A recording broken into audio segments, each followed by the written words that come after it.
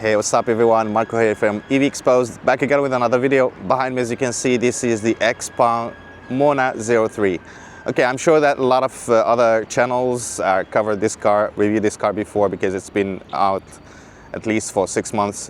This is 2024 version. So in today's video, I'm not gonna be looking into details into the car. I'm gonna show you around the car just to give you a look around the car, but the purpose of this video is testing the efficiency of this car, because actually this is one of the cheapest EVs here in mainland China that you can buy. And the second thing is the efficiency number that are claimed from the factory, which we will test in today's video. If you haven't subscribed to the channel yet, please do so and give a thumbs up to the video so we can keep doing this kind of videos.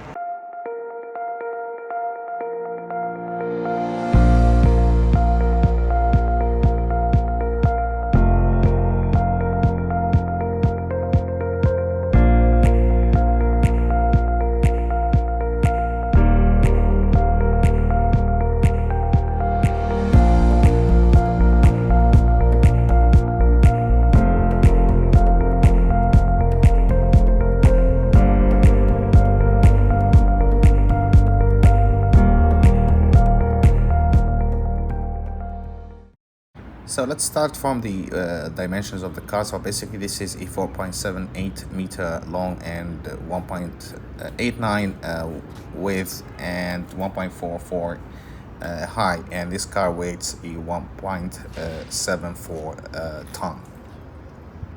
So before we jump inside the car and show you the interior of the car and show you around the car, let's give you some let me give you first some numbers so you understand where the efficiency comes from.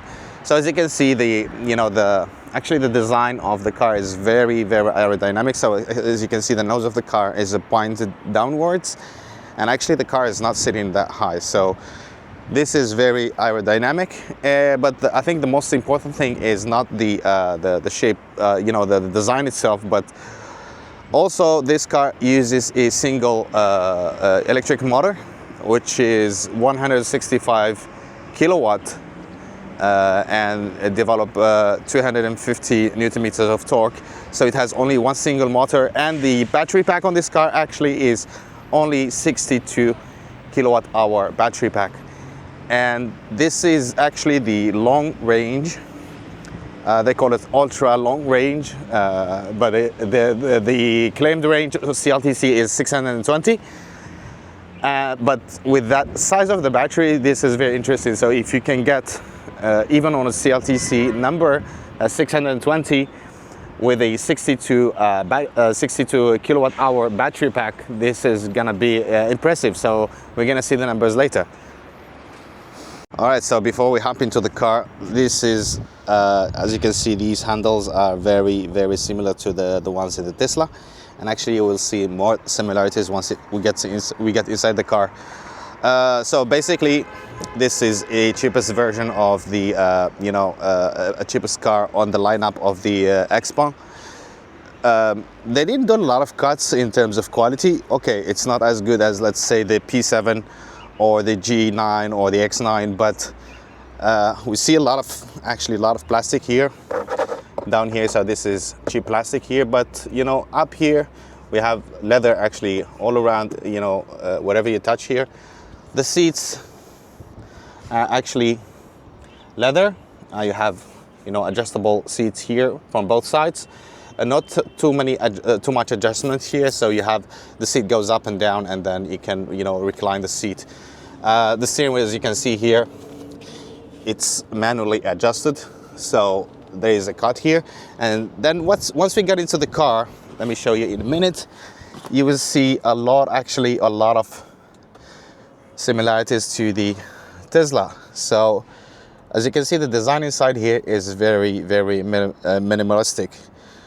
The steering wheel here, as you can see, it's empty. You have two buttons here. This is for your audio and the music, and this side is for your driving assist and cruise control and adaptive cruise control, speed.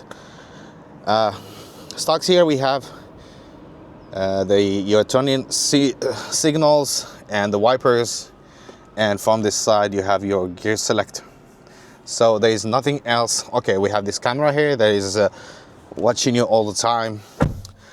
If we move to the center here, we have this 15.6-inch central screen, so everything is integrated into the screen here. So you have to do everything from here, or you have another choice which you can actually use voice command.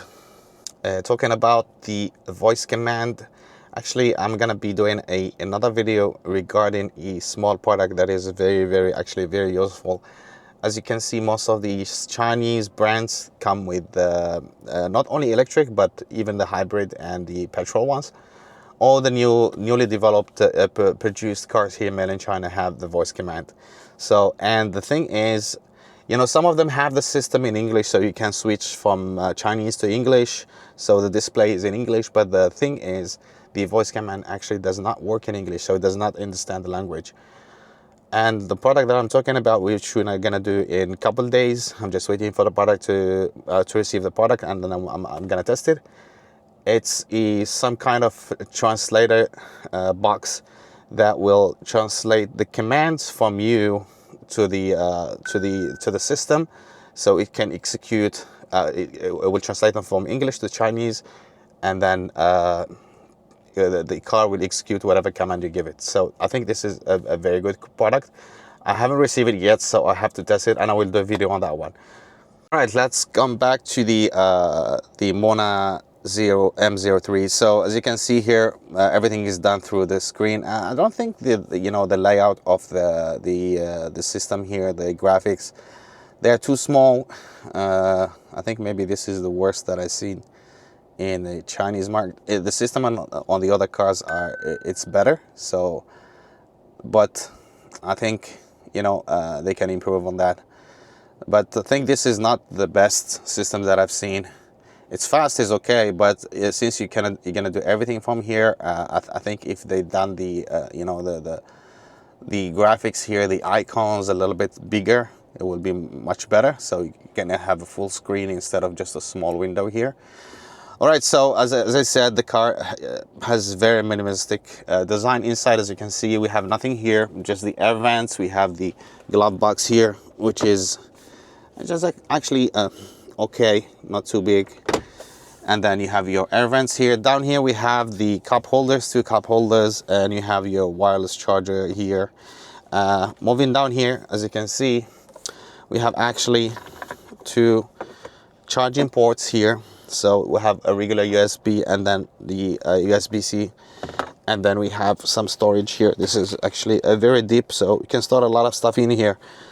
And the good thing also, you have this large armrest, which is good to rest your elbow while you're driving. So let's come to the price, which I forgot to mention. So this car, like I said, this is the cheapest car you can buy from Xpeng.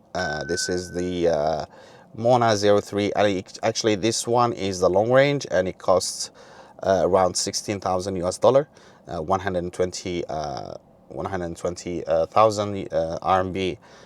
And it comes with in 3 configurations. So the first one has a smaller battery, so around 450 range, and then everything else. I think the electric motor on that model also develops less power. I think is 145 kilowatt. But from the this one to the next one, which is the Max. The Max one has, I think, only the extra features they can get on the car, and the autonomous driving as well. But the power is the same. So the power output from this model to the other model is the same, actually. But on that one, you get less range. So you can trade range for more features and other stuff like the autonomous driving. Okay, let's move to the back seat here. As you can see, actually it's sitting, as you can see here, it's sitting really high and it's inclined. As you can see, the angle of the seat.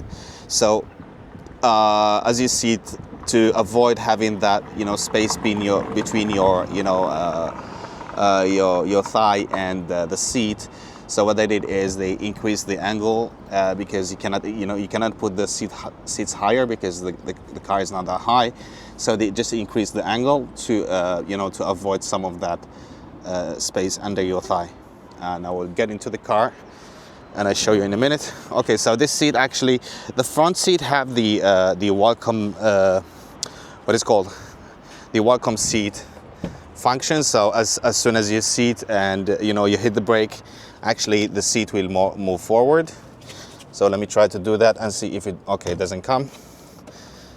So as you can see, I will move just a little bit the seat forward as to my driving position, which is this position. So let me show you the space in the back. It's not huge because basically knee room actually is okay, but the seat is sitting too low. So I think maybe the driver needs to lift a little bit the seat so you can slide your feet under the front seat. You have this seat pockets here. Same at the back here. You have not like very minimalistic. So you have your Windows control and opening the door. Let me show you the headroom.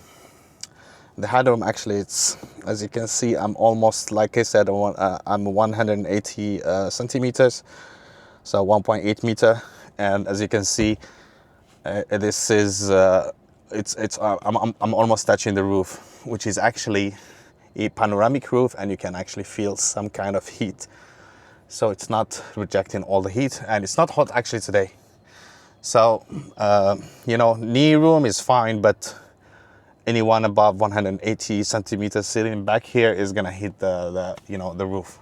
Here at the back, actually in the middle here, you have two USB-C ports here, for charging your phones, and you have these manual air vents just to direct the airflow, and that's it. So that's it in the back. Not much in the back here. The space is okay, but probably for this price tag, you're not gonna expect a lot. Here at the front of the car, as you can see, this car has this interesting design of the headlights, and this design is replicated or duplicated at the back of the car, which we will see in a minute. And as you can see, we have this strip of daytime running light, and then you have your high beams and low beams. The other interesting thing is here at the bottom, actually here we have these flaps that controls the airflow. These will open at low speed and will close at high speed to reduce drag, since you don't need a lot of cooling when you're driving fast, and this will reduce drag as well. So this is very interesting actually. This is active flaps that will close and open automatically, so you don't have to do anything. I think it's the position of the flaps will change based on the speed of the car. To the back of the car, before we get to the back, we have also this bit here of extra bit that they add here. Probably this is for aerodynamics. I don't think this is for aesthetics. So maybe it helps with channeling the airflow through the car to make the car more efficient. Like I said, the same thing is replicated here for the design of the lights, front and the back. One of the the advantages of having this car is the space on the boot. So it has an electronic release, and as you can see, this is huge, and the opening is very, very convenient to put big stuff. The cargo capacity on this car is 660 liters as it is, and if you fold the rear row seats, then you're gonna get around 1,200 something liters of storage. So this is one of the good points of having this car. You still have a little bit of space here, so you can still use this for storage, and actually it's very deep. Alright guys, so let's get ready to start the consumption test. So basically I'm gonna do 3 different speeds. So the first one will be 100 kilometers of speed, and then reset the meter, do 120 and see the consumption, and then do the 80 kilometers test. Probably the test is not gonna be for too long, so you try to do between 40 to 50 kilometers on each speed. That would give us an idea. So basically, the claimed number or the consumption on this car is 11.5 kilowatt per 100 kilometers. So we'll see if we can achieve that. But basically, you have to understand that the way they do the test is not at, you know, on highway speed. So basically, it's between 70 to 80 kilometers. So we'll see different speeds. So we'll keep the video shorter, so it doesn't become like a long video, and then we will have more results to compare. Before we do that, let me just show you the car. So here, I'm getting ready. So the time here is it's almost midnight, which is a perfect time to get out.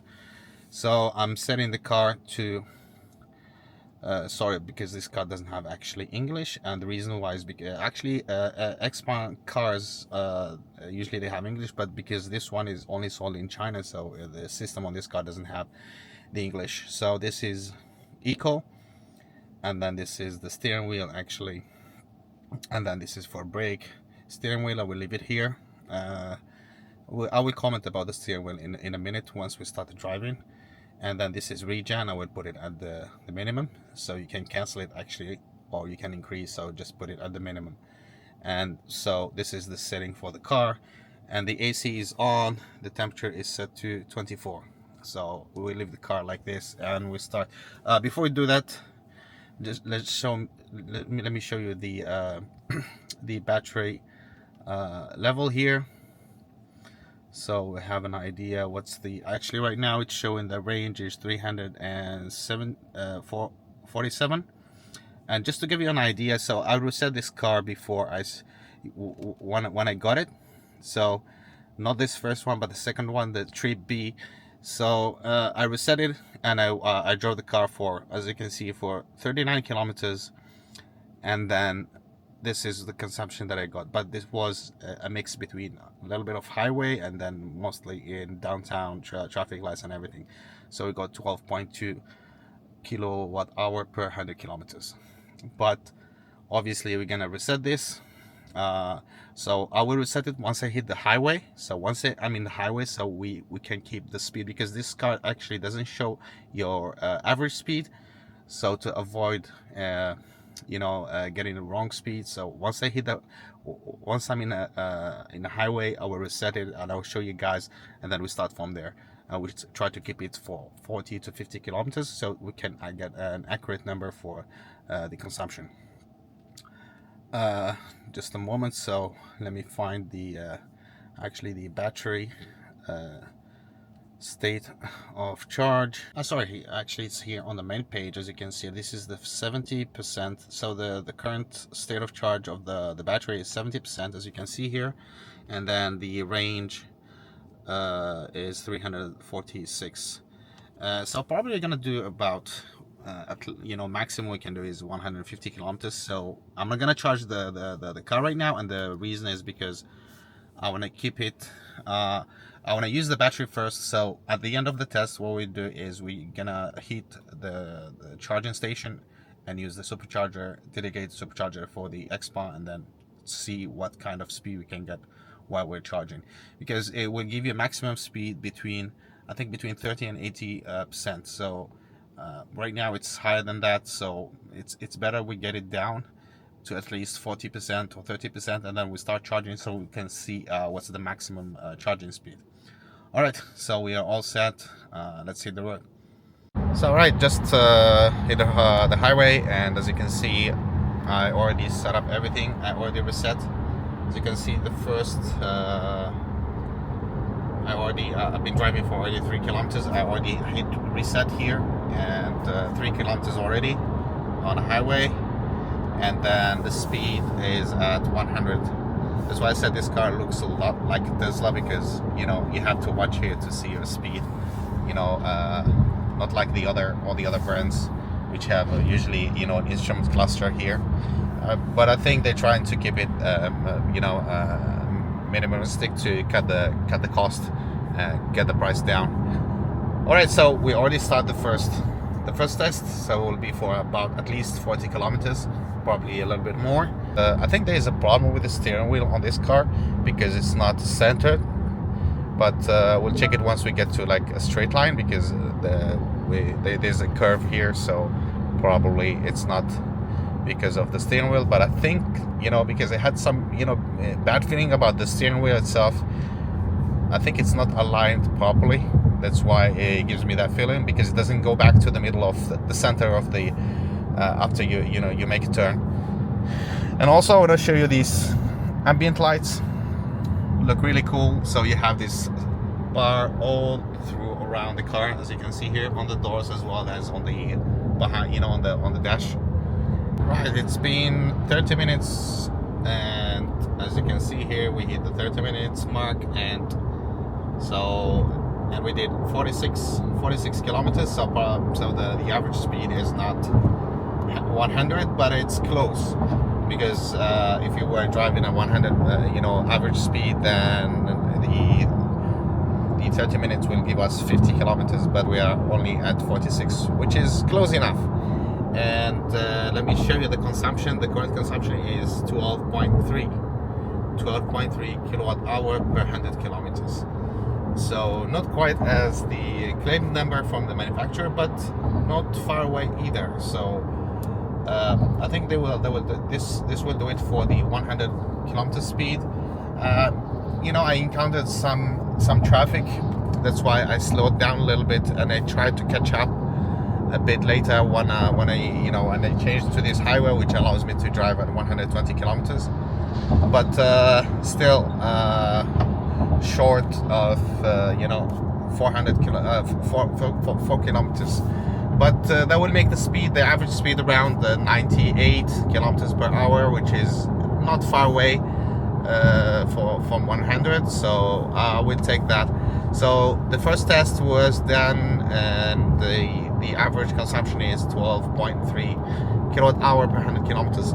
There is an exit coming in 2 kilometers. I would take it and then make a U-turn and head back the opposite direction and do the 120 kilometer test.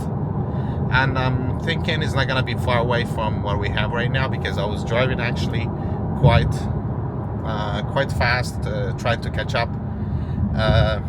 All right, so the first test is done, and let's get started with the second one. And just want to give you some thoughts about. So basically, the car has a problem with the steering. So the steering is not aligned. That's why it felt like really weird when, you know. And also, what I think is the suspension on this car. Okay, it's good. I mean, it handles really well. But the thing is, it's very jerky. It's like it reacts to everything on the road, so it's in constant motion. So it's not really the best, but you don't expect something premium at this price range. But the car actually handles really well, and the brakes actually work really great.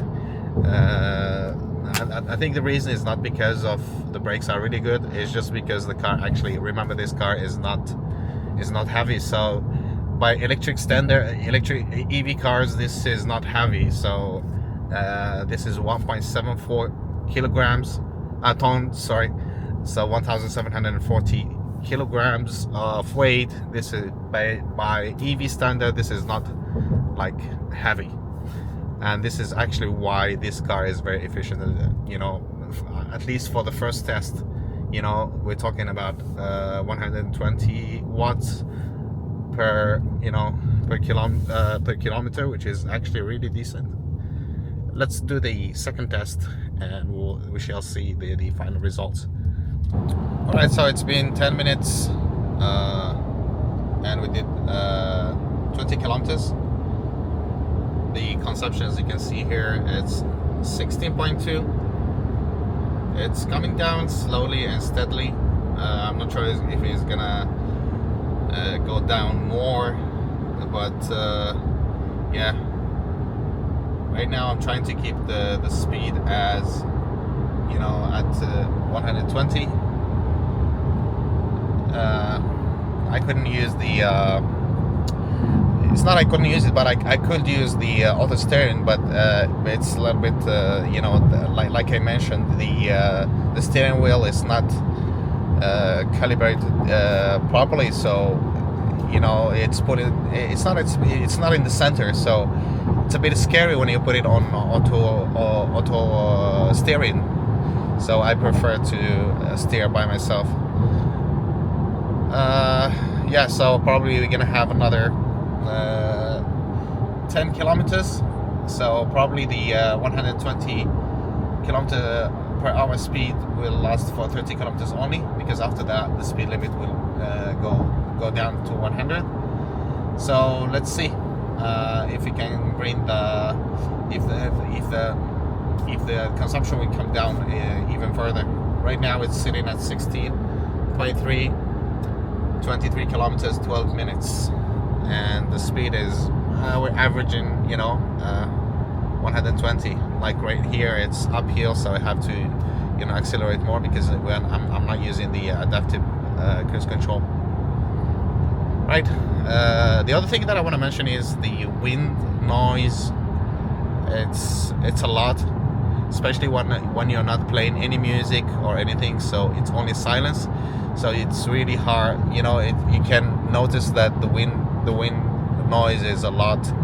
That's probably because they try to save on weight and also on cost. So that's why there is not enough material, especially on the door panels, to keep the cabin quieter.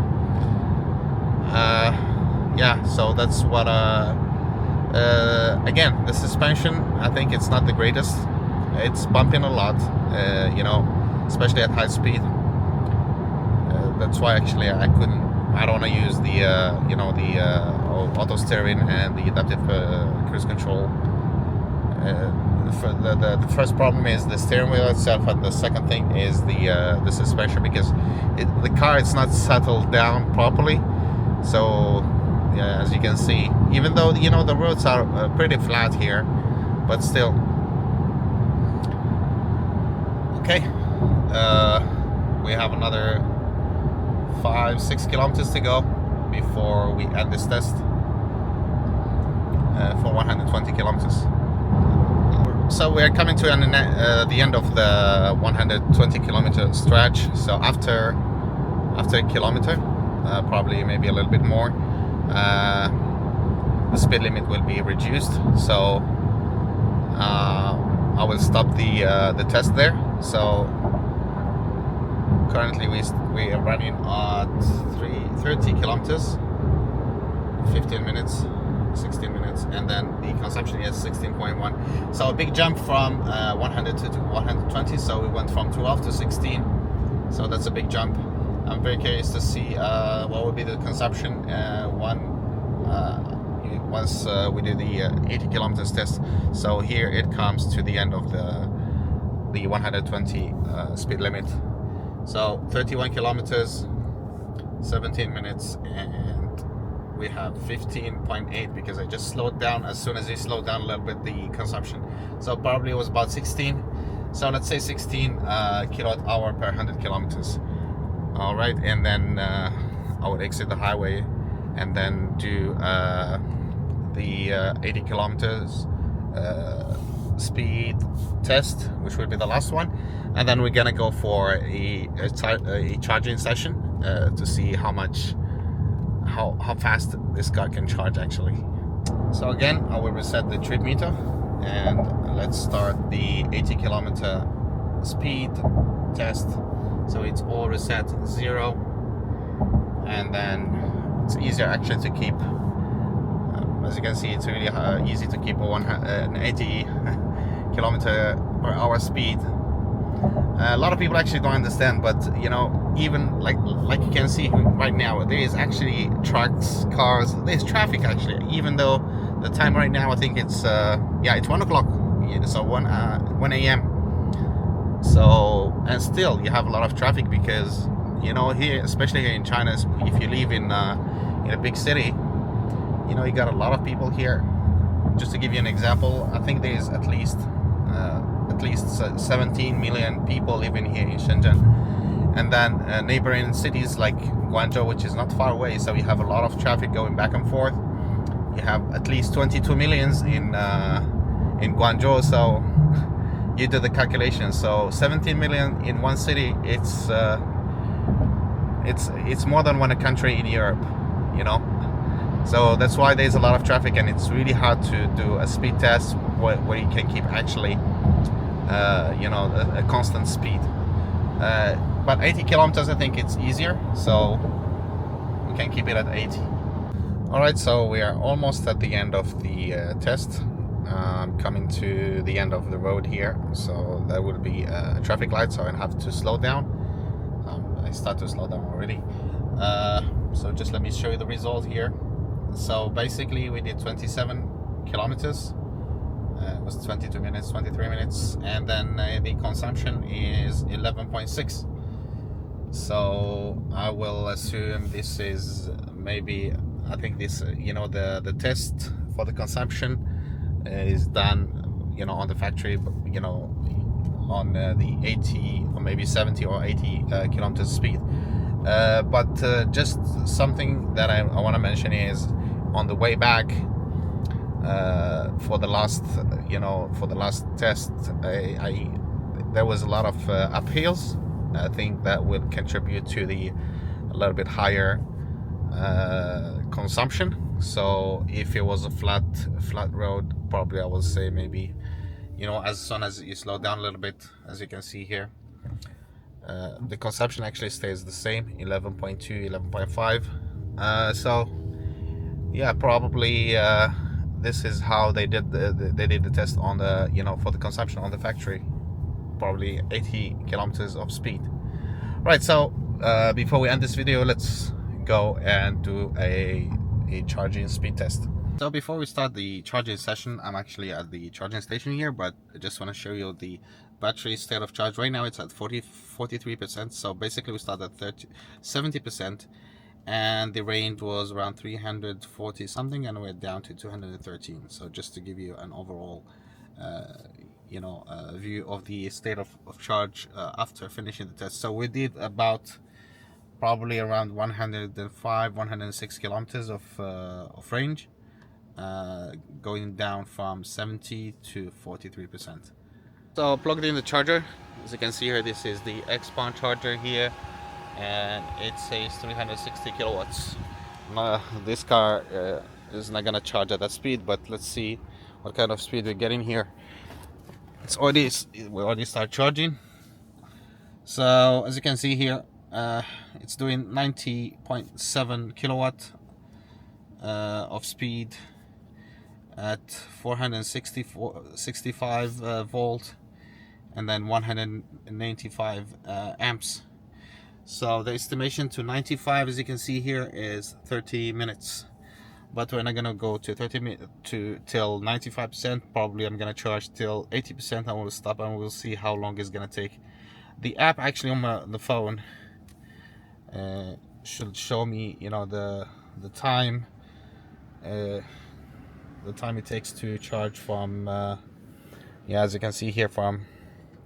Not sure if it's clear or not, but here you actually have all the information, so the cost and everything. Hopefully we can also have the time. That would be great, so we'll see exactly how long it took us to charge. Yeah, it says 2 minutes here. Yeah, so as you can see here, it says 2 minutes. So probably by the end of the charging session we will see how long. But at this charging speed, this is not like really fast, so 90. Not sure if the battery temperature is right for the charging, but 90 is not that great. So probably this car can charge at maybe at 120, but right now it's not doing that, and the charger can supply more than enough. All right guys, so let it charge, and we will see how long it's gonna take. So actually the charging speed just dropped from 92 to 61 as soon as the state of charge hit 65% above. After that it just dropped. So we're not gonna get any more than 90. And I can hear the the fans are running, so it means that the temperature of the battery is already high. So, but I doubt it's the temperature itself, but I think it's the limit is from the because we just hit 65%, and it's still climbing. As you can see, it's already at 69, because remember, this is not a huge battery pack. So this is 61 kilowatt hour battery pack, so this is small. That's why it doesn't actually take time to charge, even at this, even at 61, means if you can hold that speed, you can charge in 1 hour. So if you go to 90, then probably can do it in less. So the claim number from the factory is from 20% to 80% in about 23 minutes. Alright guys, so let me give you my thoughts about this car. We'll just let it charge, so we're not gonna get any more speed than that. So that's the speed this car is gonna be charging on. So basically, this is actually a very good option, especially at this price range. The quality of this car is not too bad, considering the price. So they did a lot of cuts, so they saved. So there's a lot of a lot of things missing here. So you don't have a lot of stuff. It's not even the seats are like standard, so you only have adjustments, the seat adjustment. If you go to the higher one, which is called the Max, actually it has the same battery, it has the same electric motor, but the range is down to 512. And then the reason is because then you start to get all these fancy things like massage seats, ventilated seats and everything, and that will just add the weight into the car, which will reduce the the range. But for this price range, if you're driving at 80 to 100, this is very efficient car. The numbers are okay, at least close to what they claim, because we know exactly how factories actually do the test. They don't do them on 120, but basically they do them around 80 kilometers per hour. So 11.5, and we got like 11.6, so it's very close, and the numbers are good. Probably this car can do on a single charge, I would say maybe around 400 kilometers, which is not bad, because a lot of, with the amount of power you can, the battery is too small, and then if you can get that much of range on real world with 61 sorry, then it's really a good option. And I think it's all down to the shape of the car. Just to show you the car for the last time. So the design of the car is very aerodynamic, and also it comes down to the weight. So they did a lot of weight saving. Okay, so they reduced a lot of things, so you don't get all this fancy stuff like the massage seats and everything. But yeah, they try to save, so the weight on this car is very low, and the car is compact. It's not too big, considering the size. And so my verdict on this car, it's a good option, especially if you're not looking for an expensive car. So $16,000 for a car that can do 450 kilometers on a single charge, for daily driving. It's a good option. All right guys, I hope you enjoyed the video, and don't forget to give a thumbs up to the video so I can keep doing these kind of videos, and I will see you in the next one.